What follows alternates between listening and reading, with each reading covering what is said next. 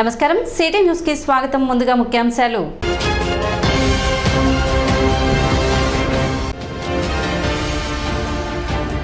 పట్టణంలో వైభవంగా తొలి ఏకాదశి వేడుకలు, దేవాలయాల్లో నెలకొన్న భక్తుల రద్దీ.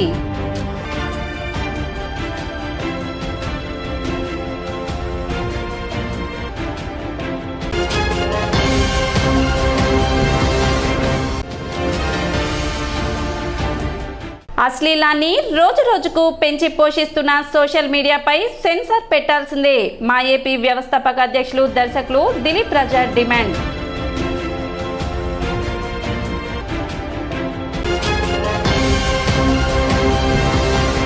తొలి ఏకాదశి సందర్భంగా శ్రీలక్ష్మి పద్మావతి సమేత శ్రీ వెంకటేశ్వర స్వామి వారి దేవస్థానం వైకుంఠపురం భక్తులతో కిటకిటలాడింది. ఉదయం నుండి స్వామి అమ్మవార్లకు విశేష పూజ కార్యక్రమాలు నిర్వహించారు. భక్తులు విశేష సంఖ్యలో తరలివచ్చి స్వామివారిని దర్శించుకున్నారు. భక్తులకు పేలపిండి ప్రసాదాన్ని ప్రత్యేకంగా అందజేశారు. ఆలయ అధికారులు భక్తులకు ఎటువంటి ఇబ్బందులు కలగకుండా తగిన ఏర్పాట్లు చేశారు. ఈ నెల పౌర్ణమి రోజున జరిగే విశేష పూజ కార్యక్రమాలలో భక్తులు విరివిగా పాల్గొనాలని ఆలయ అర్చకులు తెలిపారు. అదేవిధంగా భక్తులందరికీ సకల సదుపాయాలు కల్పించాలన్న సంకల్పంతో దేవస్థానాన్ని ఆధునీకరించడం జరుగుతుందని ఆగస్టు 29వ తేదీ మహాసంప్రోక్షణ కార్యక్రమానికి సిద్ధం చేస్తున్నట్లు తెలిపారు.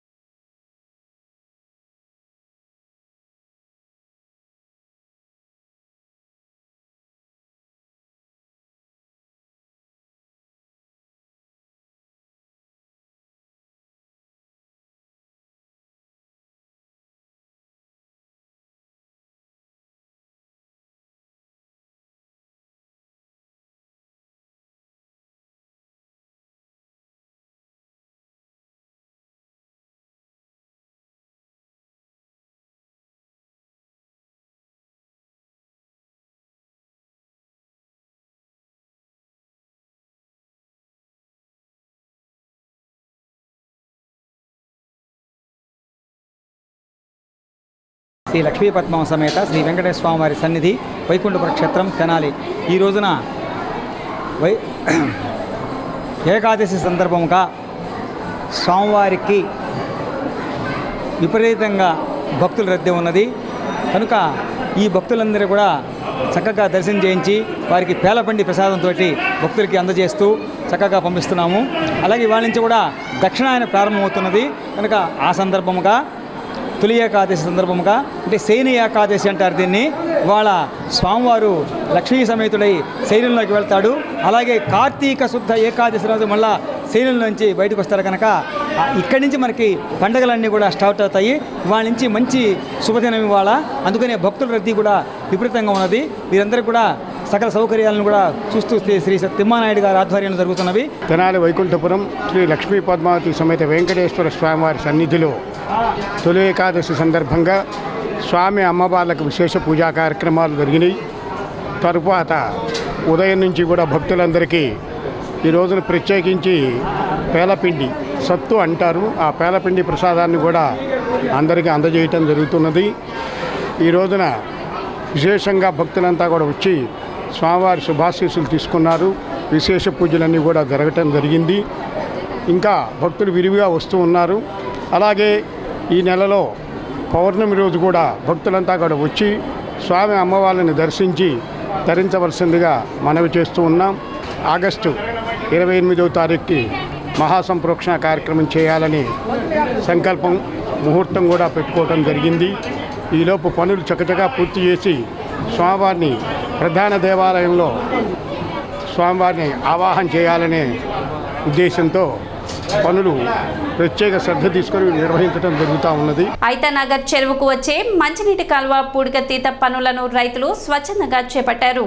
ఐతానగర్, నేలపాడు, తేలప్రోలు, కొత్తపాలెం, బుర్రపాలెం ప్రాంతాలకు పొలిమేర కాలువ, పాటి కాలువ 2 కాలువలు ఉన్నాయని, పాటి కాలువ విఎస్ఆర్ కాలేజ్ వద్ద నుండి ప్రారంభం కాగా పొలిమేర కాలువ కట్టవరం వద్ద నుండి ప్రారంభమవుతుందని, అయితే ఈ 2 కాలువల్లో పట్టణంలోని మురుగు కాలువల్ని అనుసంధానం చేయడం ద్వారా పంట కాలువలు కలుషితమవుతున్నాయని రైతులు వాపోయారు.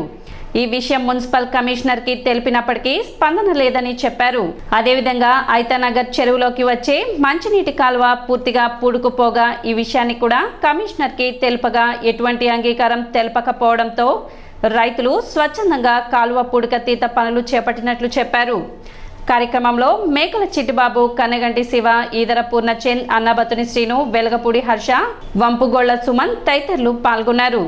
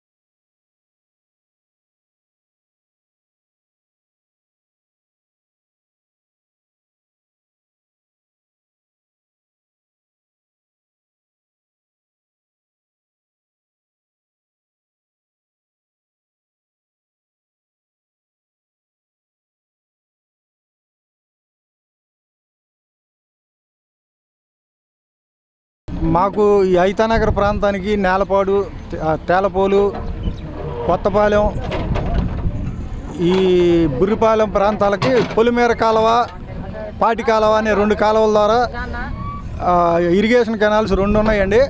ఆ రెండిట్లో ఇప్పుడు పాటి కాలువ అనేది విఎస్ఆర్ కాలేజీ ప్రక్క నుండి మొదలవుతుంది.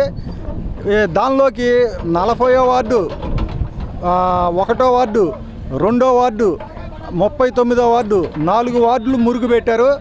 గత 10 సంవత్సరాల నుండి మున్సిపాలిటీ వాళ్ళే ఏదో ఒక రకంగా కాంట్రాక్టర్లు చెప్పో లేకపోతే ఇంకో రకంగానో ఆ కాలువని తూటికాడ తీసి మాకు పనిచేసి పెడుతున్నారు. ఎందుకంటే వాళ్ళ మురుగంతా దానిలోనే పెడుతున్నారు. ఈ వాటర్ వర్క్స్ నీళ్ళని కూడా వేస్ట్ వాటర్ కూడా దాంట్లోకే వస్తుంది. అందుకని 365 రోజులు ఎండకపోవటం వల్ల తూటికాడ బలిసిపోయి ఇళ్లల్లో చెత్తా చెదారం మొత్తం అక్కడే వేస్తున్నారు. దానికి మెషులు పెట్టించాం. గతంలో మెషులు పెట్టిస్తే ఆ మెషులు కూడా మున్సిపాలిటీ వాళ్ళు పొద్దున్నే రోజు ఒక ట్రక్ తీయాల్సి వస్తుందని ఆ మెషులు కూడా మాయం చేశారు. అట్లాగే పొలిమేర కాలువ అనేది ఇక్కడ మనకి కటివరం వంతెన ఎదురుగా స్టార్ట్ అవుతుంది. దానిలోకి వచ్చేటప్పటికి ఇప్పుడు వైవీఆర్ కాలనీ మురుగు, కొత్తగా ఆటోనగర్ మురుగు, తేలపోలు మురుగు, 1, 2 వార్డులు మురుగు ఇవన్నీ తీసుకొచ్చి నేలపాడు రోడ్లోనే శ్మశానం దగ్గర కలుపుతున్నారండి. దాని మూలంగా ఆ పొలిమేర కాలువ కూడా పొల్యూట్ అయిపోయింది. మేము అది కమిషనర్ గారికి వివరంగా చెప్పి చేస్తే పాటి కాలువని మున్సిపల్ లిమిట్ వరకు తీస్తానంటాడు ఆయన. మున్సిపల్ లిమిట్తో వాళ్ళు వదిలిన మురుగు ఆగదు కదా, చివరిది ఎండింగ్ దాకా ఉంటుంది. మేము ఆయనకి బతిమలాడి చెప్పినా కూడా ఆయన అంగీకరించలేదు. సరే ఇవన్నీ ఎట్లా ఉంటే ఇప్పుడు ఇక్కడ ఐతానగర్ చెరువుల్లోకి వచ్చే ఇన్లెట్ కాలువ అన్నమాట ఇది. ఇప్పుడు మీరు చూసే కాలువ అది, దానికి లోపలికి నీళ్లు వచ్చే కాలువ. దానిలో ఏం జరుగుతుందంటే ఇది గత 4-5 సంవత్సరాల నుండి ఈ కాలువ పూడిపోతే ఎవరు పట్టించుకోకపోతే మేము ఇది కమిషనర్ గారి దృష్టికి తీసుకెళ్ళాం. ఏమంటే లోపలికి నీళ్లు వచ్చేది లేదు. ఇప్పుడు ఆ చుట్టూ ఉన్న ఇళ్లలో మురుగు తప్పితే ఆ చెరువులోకి ఏది రావట్లేదు. అందుకని అది పొల్యూట్ అవుతుందండి. ఈ కాలువ బాగు చేయించమంటే డిఈ గారిని పంపించి ఆయన డిఈ గారు వచ్చి చూసి వెళ్ళారు కానీ మాకు ఇంతవరకు ఏమీ స్పందన లేదండి. గత ఖరీఫ్ సీజన్ బిగిన్ అవుతుందన్న టైంలో మేమందరం కూడా ఏదర్ పూర్ణచంద్ గారిని రైతు నాయకులుగా ఎమ్మిటే పెట్టుకొని తెనాలి మున్సిపల్ కమిషనర్ గారిని కలవటం జరిగింది.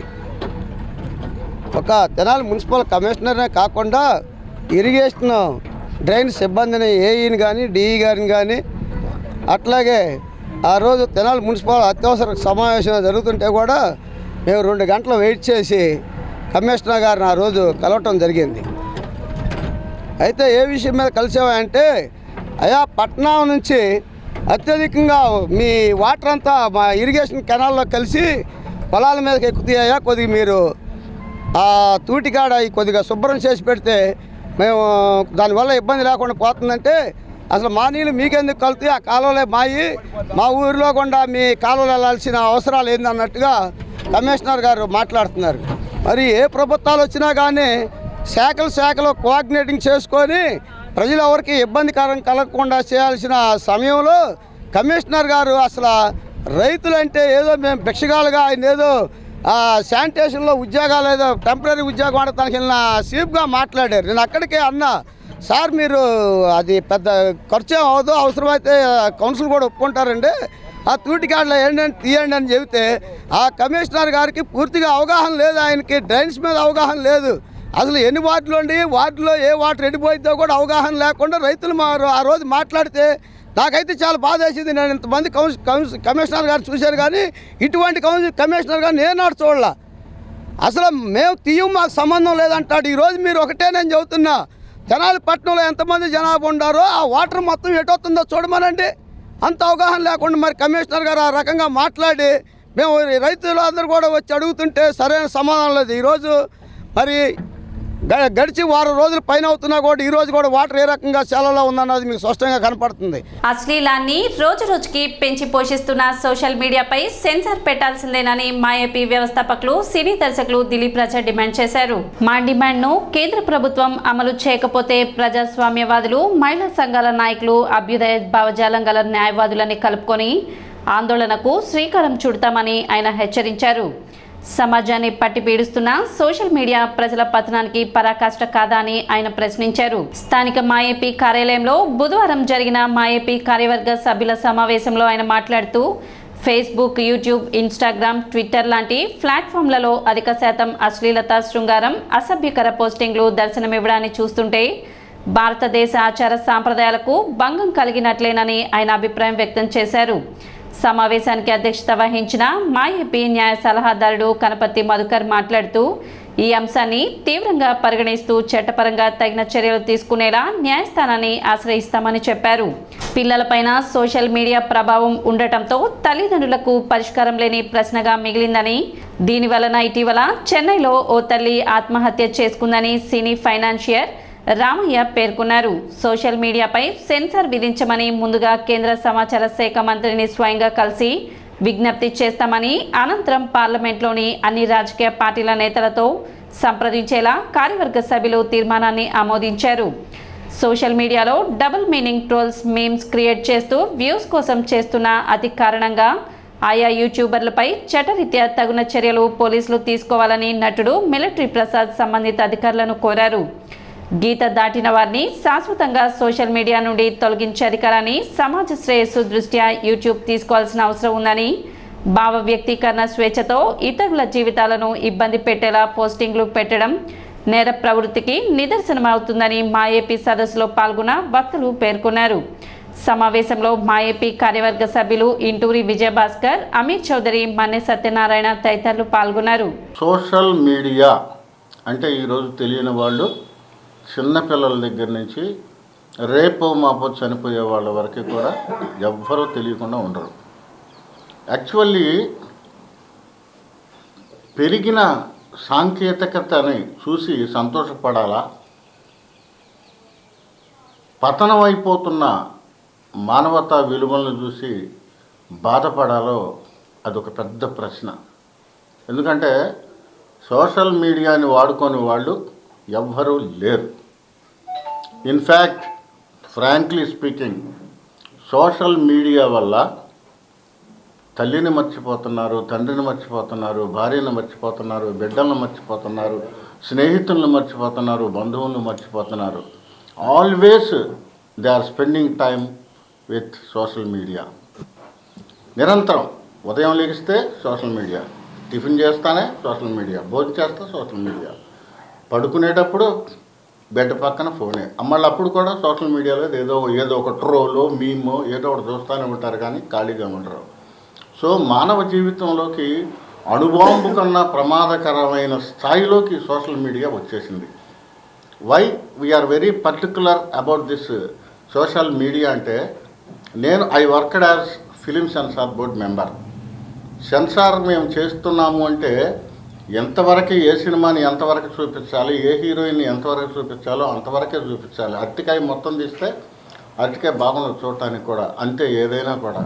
So I'm demanding and I am appealing the government of India to take necessary steps to implement immediately the censor to the social media. Censor చేయకపోతే సోషల్ మీడియా రాను రోజుల్లో మానవ బాంబు కన్నటి ప్రమాదం అయిపోతుంది. నేటి యువత ఈ పాన్ వీడియోస్కి వీటికి సోషల్ మీడియాలో వాటిని ఫాలో అవుతూ చాలా చెడు మార్గంలో పయనిస్తూ ఉన్నారు. దీన్ని ఖచ్చితంగా కేంద్ర ప్రభుత్వం జోక్యం చేసుకుని అది అరికట్టాలా. దీన్ని మేము తీవ్రంగా ఖండిస్తున్నాం. మా ఏపీ తరఫున మేము ముందు కూడా చట్టపరమైన చర్యలు తీసుకోవడానికైనా వెనకాడం. ఈ విషయాన్ని మేము మా ఏపీ తరఫున తీవ్రంగా ఖండిస్తూ ఇప్పుడు ఒక చిన్న విరామం.